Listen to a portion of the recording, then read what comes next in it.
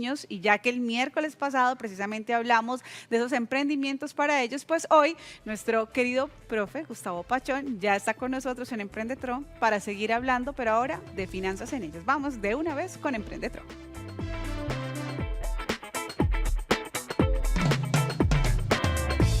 Profe, bienvenido nuevamente a este miércoles de emprendimiento. ¿Cómo estás? Muchísimas gracias, Damaris. Muy bien y muy feliz porque la gente respondió de forma muy positiva al tema de la semana pasada. Me empezaron a escribir al Instagram: profe, está bien lo del emprendimiento, pero ¿qué pasa si mi hijo no emprende y yo quiero enseñarle sobre finanzas, conciencia financiera, inteligencia financiera? ¿Qué debo hacer? Y salieron varias preguntas y entonces me comprometí con ellos. Muchas gracias, Carlina, muchas gracias, Margarita, muchas gracias, Carlos y Juan Carlos, o Carlos y Juan Carlos, sí, Carlos y Juan Carlos, por esas preguntas. Y para eso, sé que hoy están muy pendientes, vamos a hablar de finanzas, cómo enseñarle inteligencia financiera o conciencia financiera a los niños y a los adolescentes. Perdón, niñas, niños y adolescentes. Sí, señores, y por eso está esta gran pregunta. ¿Educación financiera para niños, niñas y adolescentes? ¿Qué tan importante es?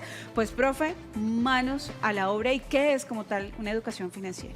Bueno, primero, la educación financiera es que ese menor de edad, esa niña, ese niño, ese adolescente, comprenda la importancia de los recursos. La importancia de los recursos monetarios, es decir, de dónde provienen esos recursos monetarios, qué es educación financiera y cómo gastar esos recursos monetarios, que entienda la diferencia entre un gasto y entienda la diferencia entre una inversión y un ahorro. Y la conciencia financiera básicamente es la capacidad de gestionar el dinero de forma inteligente, comprendiendo cómo las decisiones del presente afectan el futuro.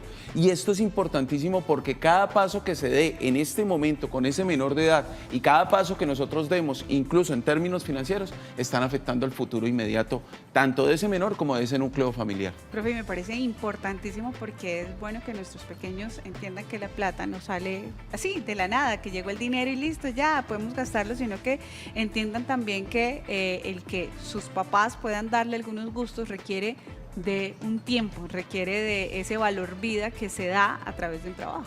Efectivamente, y eso es lo que se debe inculcar desde muy pequeños, porque por ejemplo para nuestra generación, o bueno, mi generación, donde no hubo ese tipo de aprendizaje o ese tipo de enseñanza, nosotros llegábamos al mundo real, recibíamos nuestro primer sueldo y no sabíamos qué hacer, no sabíamos de qué manera invertirlo, no sabíamos qué comprar y finalmente nos dábamos cuenta que no alcanzaba para nada, pero fue porque nunca aprendimos a cómo gastar y de dónde salía ese dinero, y por eso vienen unos pasos fundamentales que debemos llevar a cabo o que debemos tener en cuenta a la hora de fomentar la inteligencia financiera en niñas, niños y adolescentes. Y usted ya lo dijo, profe, y es cómo vamos a generar precisamente esa conciencia financiera en nuestras niñas, en nuestros niños y en nuestros adolescentes. Y aquí nos vamos de una vez con algunos ejemplos prácticos y cotidianos que se dan precisamente para poder ayudarles a nuestros niños. Uno, involucrarlo en las compras.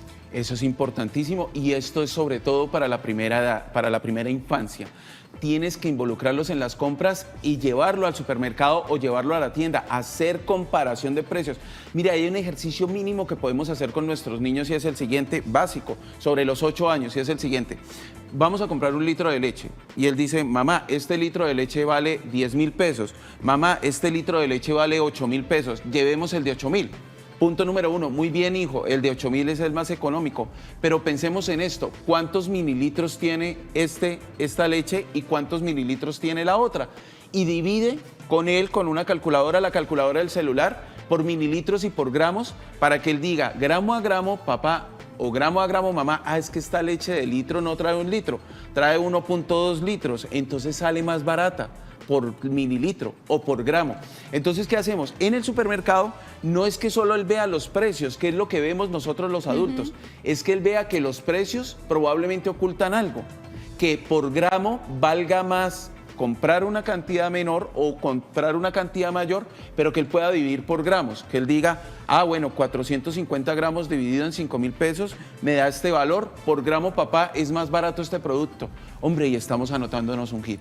Claro. pero él está entendiendo esos conceptos básicos de la compra y ahí ya él puede reaccionar. Además es porque uno, de una vez reforzamos matemáticas con nuestros pequeños, con esos ejercicios prácticos, pero dos, también les enseñamos realmente el valor de las cosas y que puedan tener un poco más de inteligencia a la hora de gastar y que sepan cómo lo hace papá y mamá a la hora de hacerlo. Pero eso se hace justo a través del ejemplo. Perfecto, exactamente. Eso es lo que nosotros hacemos y viene el segundo paso. Los niños ven, los niños hacen. Los niños ven, los niños hacen. Y es muy importante que usted como padre de familia, Juan Carlos, Margaret y quienes nos escribieron, que no se permitan que nuestros hijos escuchen frases como eso de algún lugar saldrá el dinero, eso me lo merezco, eso algún día se pagará. Porque resulta que él automáticamente va tomando ese hecho como un hecho cierto y además como positivo. Si lo hace mi papá, ¿por qué yo no lo hago?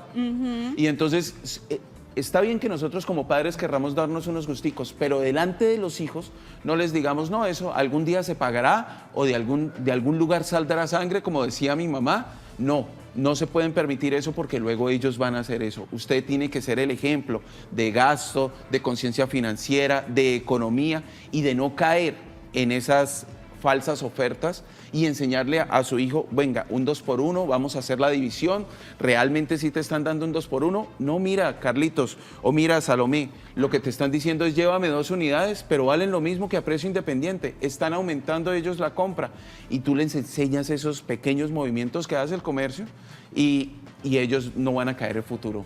Y ahí entra también, profe, el tercero, que es el tema de cómo les enseño cuándo realmente es una necesidad y cuándo es simplemente el deseo por querer comprar. Y ahí es donde, ojo, y esto no solo aplica para niñas, niños y adolescentes, aplica para nosotros. Pregunta clave, ¿es una necesidad o es un deseo? Y le enseñas al niño lo siguiente o a la niña lo siguiente, hijo, ¿eso lo necesitamos para vivir? ¿Eso que quieres comprar es necesario para vivir?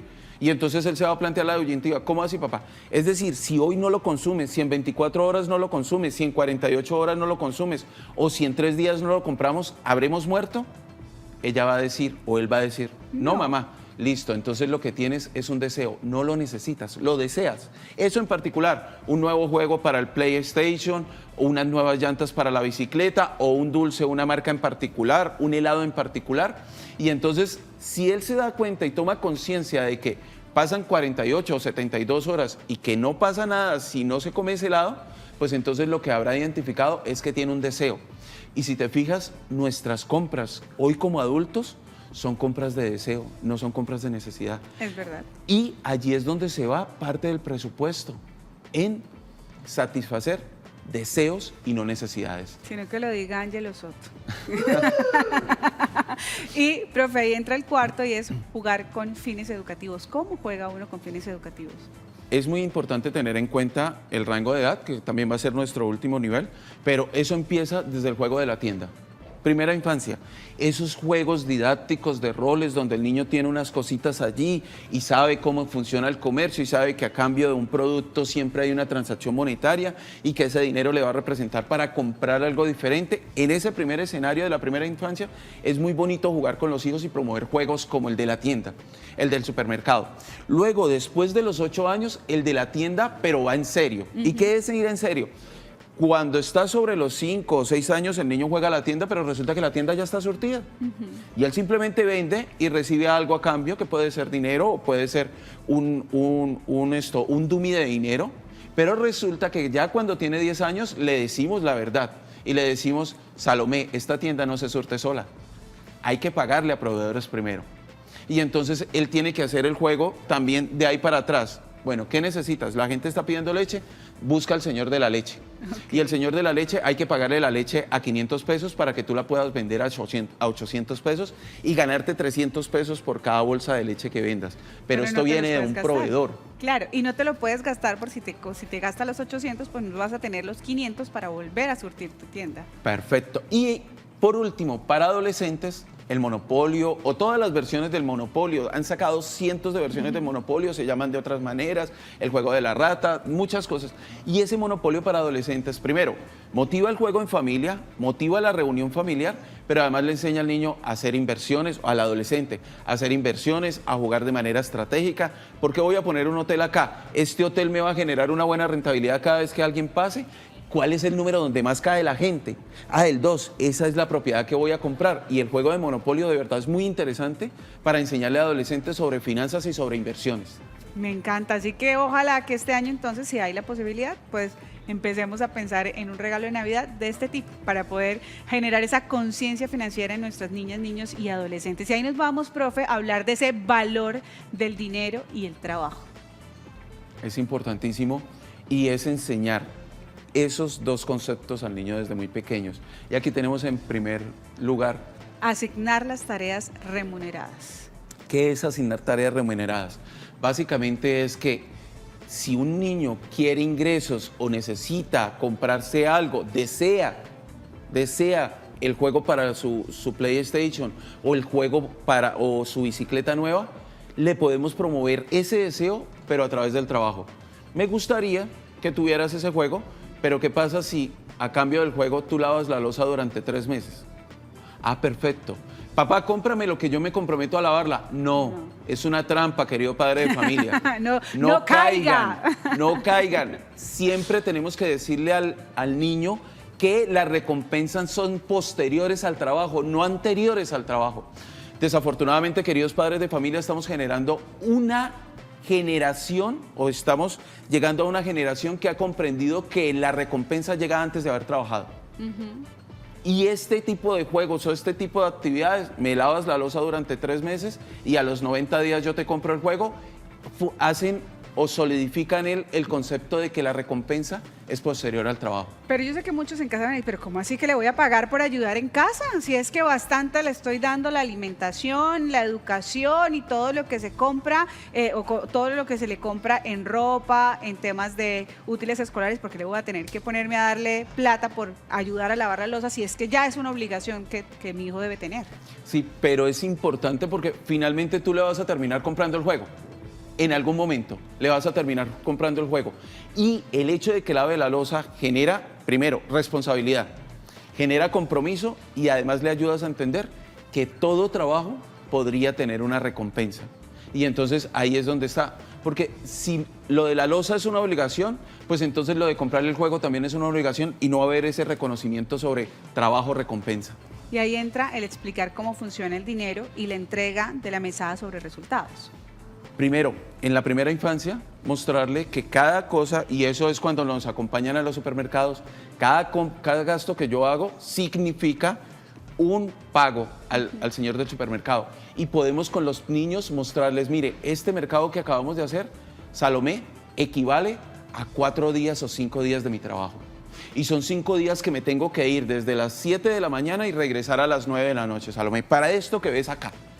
Y entonces ellos empiezan a tomar conciencia del trabajo y el valor del dinero. Y por último estaba... Entrega la mesada de resultados. Entrega la mesada bajo resultados. Y establece metas de ahorro. Y entonces, la mesada, y ya es para adolescentes. Muchos papás tienen la costumbre que semanalmente le dan a sus hijos 50,000 pesos o 100,000 pesos. Perfecto, 100,000 pesos. ¿Qué compromisos tenías esta semana, Carlos? ¿O qué compromisos tenías esta semana, Emiliano? No, papá, que la cama, que no sé qué. Mira, hijo, 2 días la cama no quedó tendida, de tal suerte que tu mesada de esta semana no es de 50,000 pesos, sino de 40,000 pesos, porque no cumpliste con tus compromisos completos. Entonces, las mesadas sobre resultados le enseñan desde adolescente que así funciona el mundo laboral. Claro, buenísimo. Si no tienes resultados, o te vas de la empresa o te llega menos salario para el caso de los vendedores. Entonces, nosotros tenemos que ser claros en eso. Y por último... las metas de ahorro. Las metas de ahorro. Entonces, decimos... Yo le digo a Salomé siempre, su mesada es de 100,000 pesos, Salomé, pero te voy a dar 80,000 porque te tengo un ahorro de 20,000. ¿Para qué? Para algo que desees. Claro. ¿Y ese ahorro cuándo es? Ese ahorro va hasta diciembre. Y a ella se le puede ocurrir algo en noviembre, pero papá que te prometo, pero papá que te juro, pero papá, no caigan, es una trampa. Ese ahorro se desembolsa en diciembre, pero le vamos acostumbrando ese proceso del ahorro. Y eso me parece súper importante porque hoy por hoy muchos adultos no tienen ese hábito del ahorro y es tan importante el tenerlo porque mi mamá siempre decía hay que ahorrar para las vacas flacas y no porque quiera que lleguen las vacas flacas, sino porque en algunos momentos de la vida pueden llegar momentos, valga la redundancia, difíciles, ¿verdad? En la economía y pues qué bueno que yo tenga de dónde echar mano, de donde tenga el granerito, que es donde voy a sacar para proveer mi casa. Es muy, muy importante.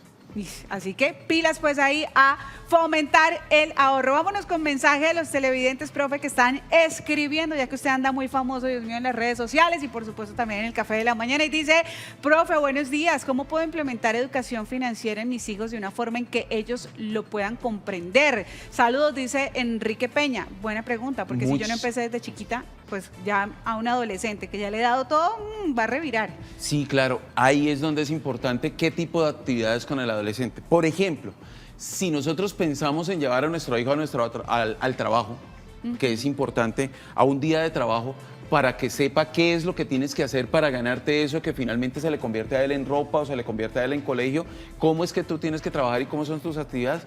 Cuando está adolescente ya no. Hay que llevarlo de niño, que él disfrute la actividad, que reconozca el proceso, que te acompañe emocionado. Porque si lo llevas ya de adolescente, lo que vas a tener es a un niño bravo ahí al lado, arrinconado, mirándote feo todo el día, diciéndote papá ya, papá ya, papá ya, papá ya, o jugando con el teléfono y no va a ser ningún proceso de aprendizaje. Entonces, ¿qué hacemos con el adolescente? Es decir, ya no tomamos la decisión a tiempo y vamos a empezar hasta ahorita. El juego del monopolio, el ahorro y la mesada por resultados. Ya le estás entregando mesada, bueno, listo, el compromiso es el siguiente, Salomé. La siguiente mesada, o Carlos o Emiliano, la siguiente mesada llega siempre y cuando todos los días la cama esté tendida, todos los días la loza esté lavada y te vaya bien en las notas.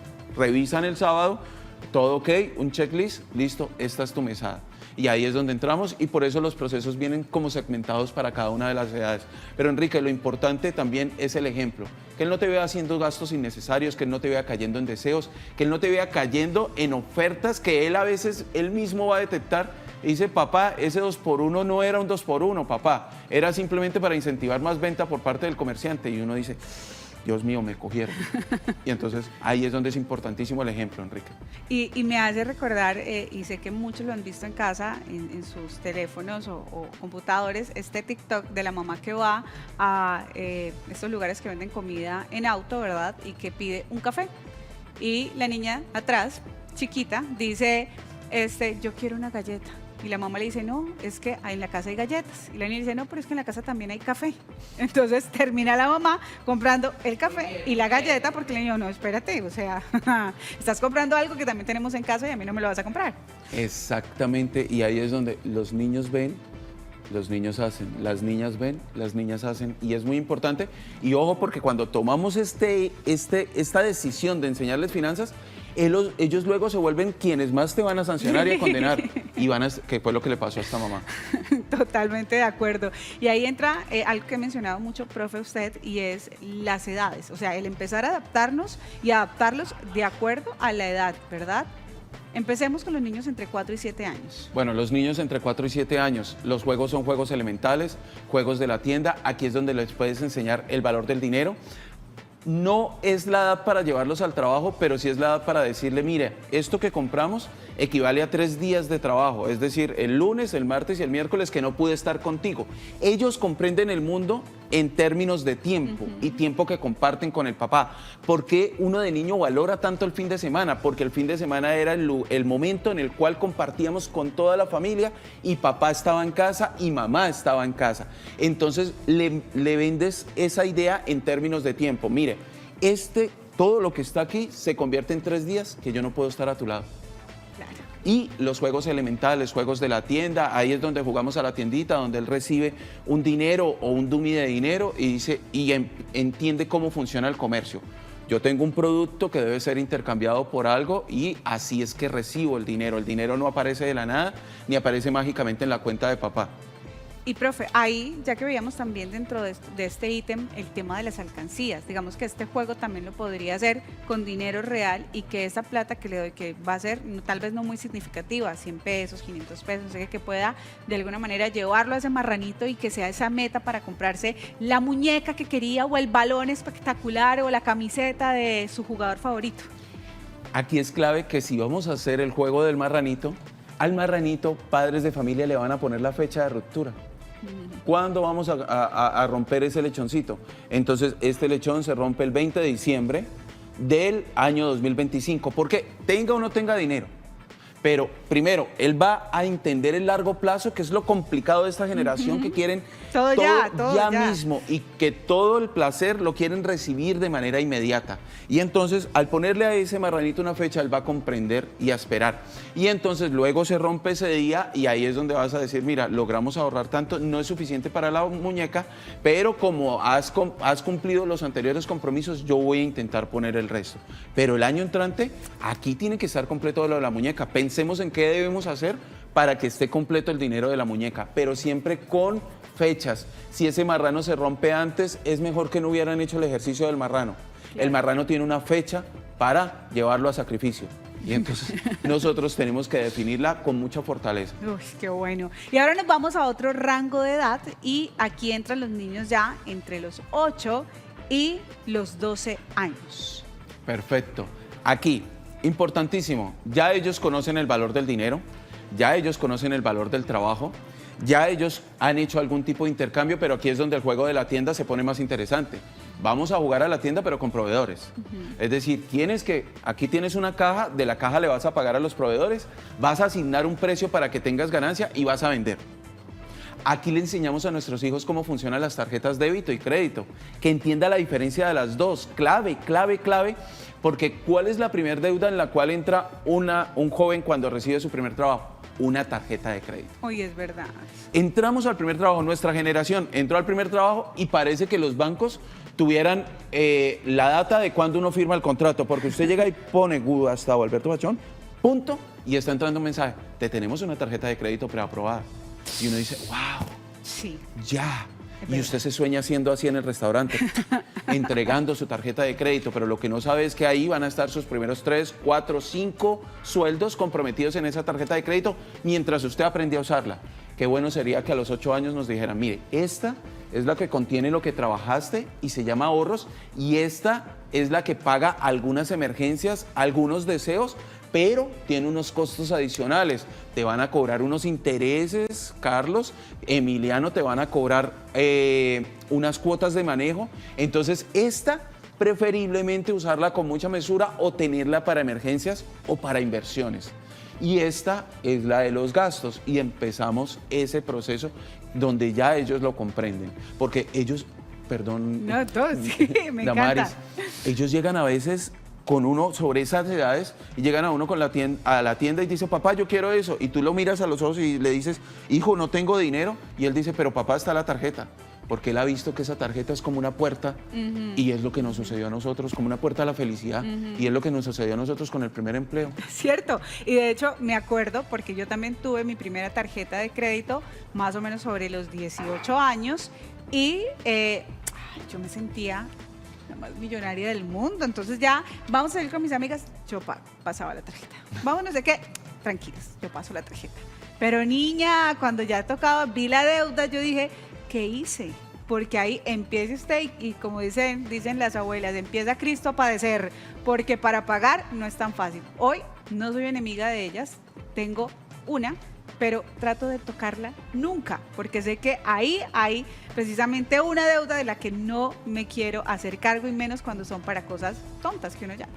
Deseos. Deseitos, sí, de esos probablemente. deseitos. Esa para los viajes, algunos. Vámonos con otra edad, y aquí ya pasamos, profe, de los 13 años a los 18 años, que precisamente habla también de las tarjetas de crédito y débito, las tasas de interés y aprender a elaborar un presupuesto de gastos. Ay, Dios mío, ese todavía me cuesta Los a mí. presupuestos. Afortunadamente esta generación se ha vuelto presupuestaria.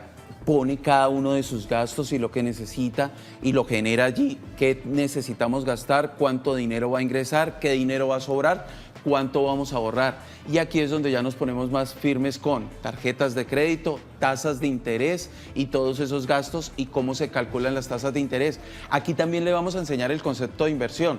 Le decimos, mira, Camila, la inversión es un dinero que probablemente entregue una rentabilidad, pero tiene cierto riesgo. El ahorro es un dinero que vamos a guardar para una emergencia y no tiene riesgo porque está allí guardado, asegurado y no va a ganar nada. Vamos a perder incluso la inflación, le cuentas el concepto de inflación y no vamos a ganar nada, pero está guardado para allí. Y entonces él va a decir, papá, ¿en qué momento puedo invertir? Puedes invertir cuando conozcas mucho de aquello sobre lo que vas a invertir, puedes invertir cuando veas que las posibilidades son amplias, puedes invertir cuando sepas que vas a poder supervisar esa inversión. Y entonces aquí es donde le estamos enseñando un concepto básico a nuestros adolescentes, que a futuro no vayan a caer en falsas inversiones, que a futuro no vayas a caer en pirámides. Ahí es el momento para enseñarle a nuestro adolescente cómo funciona el modelo de negocios piramidales, porque a ellos se los van a maquillar de manera diferente, a ellos se lo van a volver un multinivel, a ellos se lo van a volver una compañía con un nombre muy bonito, a ellos se los van a volver comunidad de ahorro. Y resulta que si tú le enseñas los conceptos básicos de cómo funciona la estafa piramidal, él no va a caer. O probablemente va a caer, pero no va a caer tan duro, porque de hecho todos caemos en algún momento, porque es que las han cambiado tanto de nombre, le cambian la figura, ahora ya no se llama pirámide, sino se llama pentágono, pero básicamente es el mismo movimiento. Sí. Entonces ahí es donde ese es el momento para enseñarles, porque Colombia, ojo con esto, Colombia es el país del mundo donde sus habitantes más han reportado caer en estafas piramidales. Sagrado, Rosa. Entonces tengamos mucho cuidado y eso es lo que le vamos a enseñar a nuestros hijos. Y vámonos con un mensaje, profe, de los televidentes, a ver qué inquietud tienen. Buenos días, quiero que mi hijo aprenda a ahorrar, pero no lo quiero malacostumbrar a siempre darle dinero. ¿Cómo podría manejar esto? Un saludo desde Provenza, nos dice Margarita García. Ok, perfecto. Ahí es donde Margarita le decimos, mira, semanalmente yo te voy a dar 20.000 pesos, pero realmente no son 20.000 pesos, te voy a entregar solo 15.000 porque 5.000 son en ahorro. Y entonces también hay. Luego, en emprendimientos para niños, lo veíamos en la actividad anterior, en el miércoles anterior. Vas a hacer una labor para el tío dijo que te iba a pagar, pero ese dinero lo vamos a guardar. Y entonces siempre con recompensas bajo el trabajo, que conozcan el concepto del trabajo, obviamente un trabajo que él pueda desarrollar, un trabajo que esté acorde con él, un trabajo que probablemente disfrute, pero que la recompensa siempre venga después, por favor, que siempre venga después. Y un último consejo, no solo para Margarita, sino para todos los padres de familia. Mientras durante más tiempo puedan alejar a sus hijos de las pantallas, va a ser mucho mejor. Mientras más tiempo sus hijos puedan estar alejados de las pantallas, va a ser mucho mejor. ¿Por qué? Porque esto de la recompensa posterior es un problema que tenemos grave y es justamente por algunas aplicaciones que te están entregando videos de 30 segundos donde si no te gustó, pasas al siguiente, y si no te gustó, pasas al siguiente, y si no te gustó, pasas al siguiente. ¿Y eso qué está haciendo? Afectando el sistema de recompensa del cerebro de nuestros hijos. Ya nada los satisface, ya todo tiene que llegar de manera automática y creen que la vida es ese TikTok. Pasamos y pasamos y pasamos y pasamos y de repente cuando no le gusta el papá, él cree que puede pasar a un siguiente papá. Pues no, te va a tener que aguantar para toda la vida porque la vida es así. Profe, y por último, me preguntan en interno, venga, y cuando quiero pedirle un favor a mi hijo y me dice, no lo voy a hacer porque es que no tengo plata, no me va a pagar, y si no me paga, pues entonces no lo hago. Uy, qué excelente pregunta. Ahí es donde, además de la conciencia financiera, tenemos que explicarle a nuestro hijo que dijo Santa Teresa de Calcuta, quien no vive para servir, no sirve para vivir. Suena lindo, pero básicamente lo que expresa Santa Teresa de Calcuta es que si tú no viniste aquí a servir, es mejor que estés muerto. Y entonces ahí sí, tú vas a mirar a tu hijo a los ojos y le vas a decir, hijo, esto se llama servicio, lo que vas a hacer. El trabajo es otra labor y la hacemos por compensación, pero el servicio se hace sin esperar nada a cambio. Y tú has recibido servicio de mí durante toda la vida y has recibido servicio de tu papá y de toda tu familia. Entonces es momento también de servir. Y si no, pues entonces le quita la empresa y listo, lo deja en bancarrota. Profe, pues gracias de verdad, como siempre, por estas clases tan maravillosas. Y recuerden que ustedes lo pueden seguir a través de las redes sociales, estar muy pendiente de todos estos consejos financieros que siempre nos da. Siempre es un gusto tenerlo acá. Muchas gracias, Damaris. Muchas gracias a todos los televidentes del Canal Tro. Por favor, síganme escribiendo, que me inspiran para los siguientes temas, me motivan, y de verdad que muchísimas gracias. Todos están escribiendo al interno de El Profe Pachón en Instagram, y muy chévere porque tenemos aquí mucho material para ustedes. Y nosotros estaremos felices de tenerlo acá todos los miércoles para seguir aprendiendo del emprendimiento y obviamente ser mucho más conscientes financieramente hablando. Así que nos vamos a ir a una pausa, ya regresamos en la recta final.